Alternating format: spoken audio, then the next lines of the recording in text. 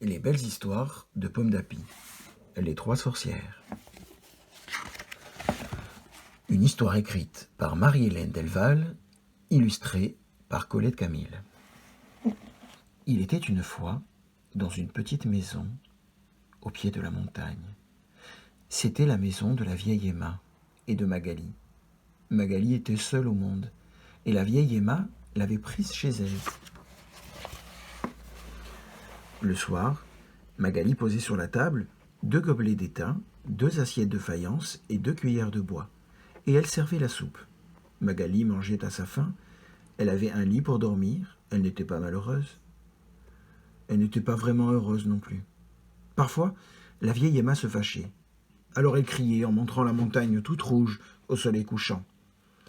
« Si tu ne travailles pas mieux, les affreuses bêtes de la nuit viendront te prendre, et elles t'emporteront à la forge des 3 sorcières. » Souvent, avant de s'endormir, Magali regardait la montagne, et elle répétait tout bas. « Les sorcières, la forge des 3 sorcières. »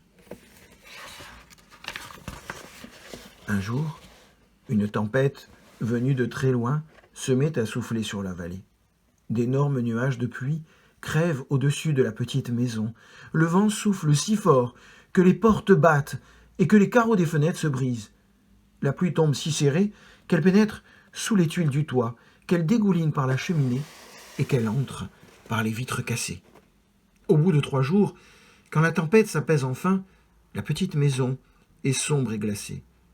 La pluie et le vent ont éteint le feu et soufflé toutes les lampes jusqu'à la plus petite chandelle. La vieille Emma et Magali referment les portes. Elles réparent les carreaux, elles épongent la maison, mais les allumettes sont si mouillées qu'elles tombent en miettes. Impossible de ranimer le feu ou d'allumer une bougie. Alors, elles dînent d'un reste de soupe froide, et elles se couchent en grelottant dans leur lit humide. Le lendemain, la vieille Emma passe la journée à se lamenter. « Qu'allons-nous devenir, sans feu pour cuire la soupe, sans bougie pour nous éclairer ?» Quand le soir tombe, la vieille Emma est toujours là, devant sa cheminée éteinte, à pousser des soupirs gros comme une armoire. Magali commence à en avoir assez. Alors elle se lève, elle prend un bougeoir, elle se glisse dehors sans bruit, et elle disparaît sur le chemin. Magali suit un sentier qui grimpe.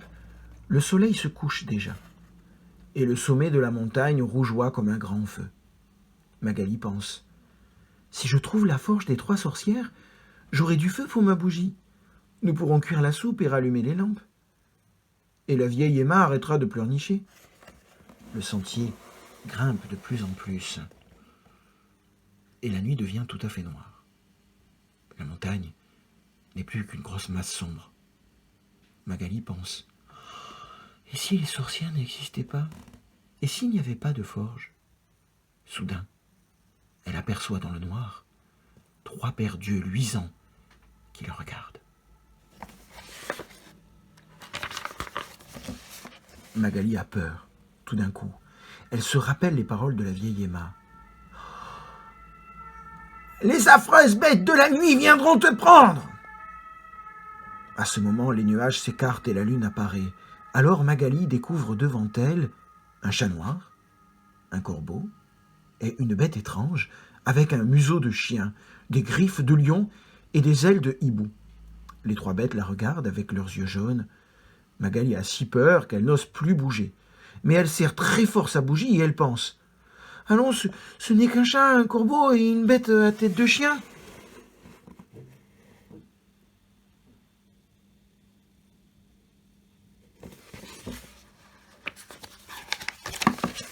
Alors, Magali avance d'un pas. Elle caresse le chat. Elle donne au corbeau un reste de pain qu'elle avait dans sa poche et elle dit à la bête, « Comme tu es beau, je n'avais jamais vu une bête comme toi.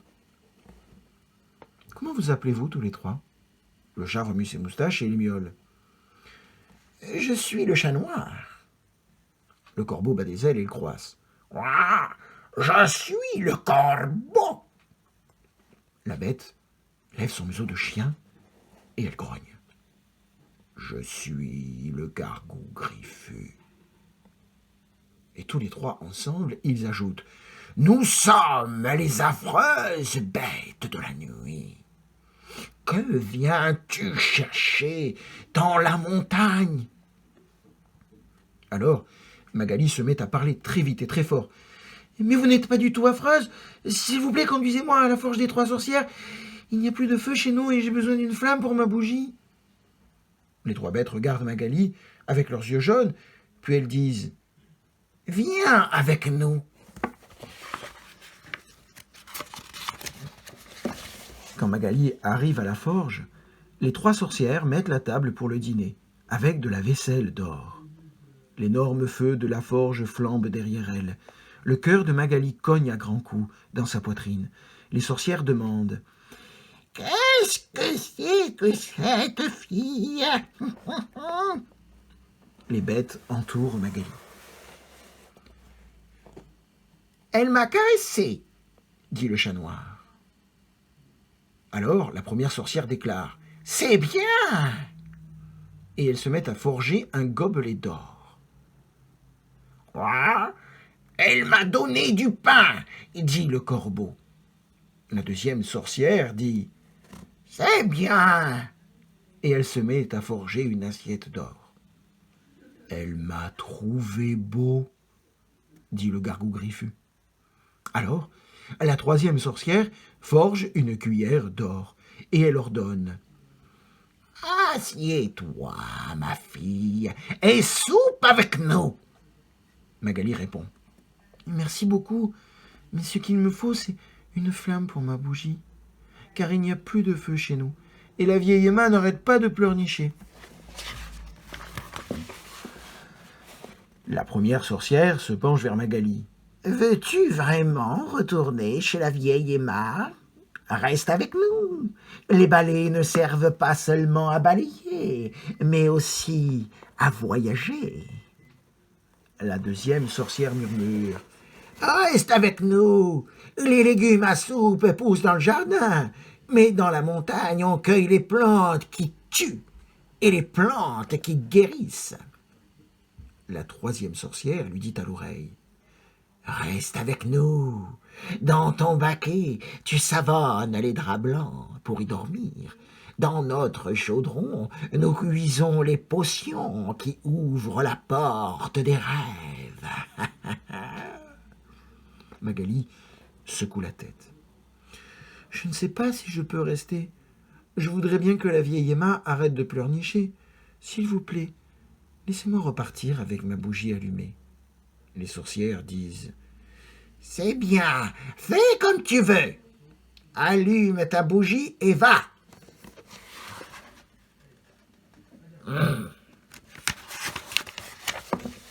Puis, les sorcières ajoutent sur la nappe le gobelet d'or, l'assiette d'or et la cuillère d'or.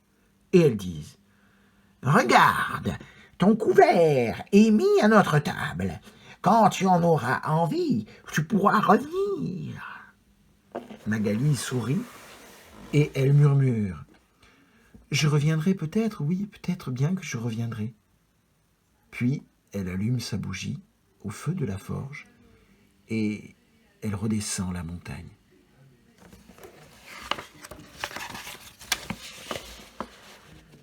Les affreuses bêtes de la nuit l'accompagnent jusqu'au tournant du chemin.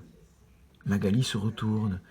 Le chat noir, le corbeau et le gargou griffu la regardent avec leurs yeux jaunes. Alors, Magali leur fait un signe de la main, puis elle part en courant.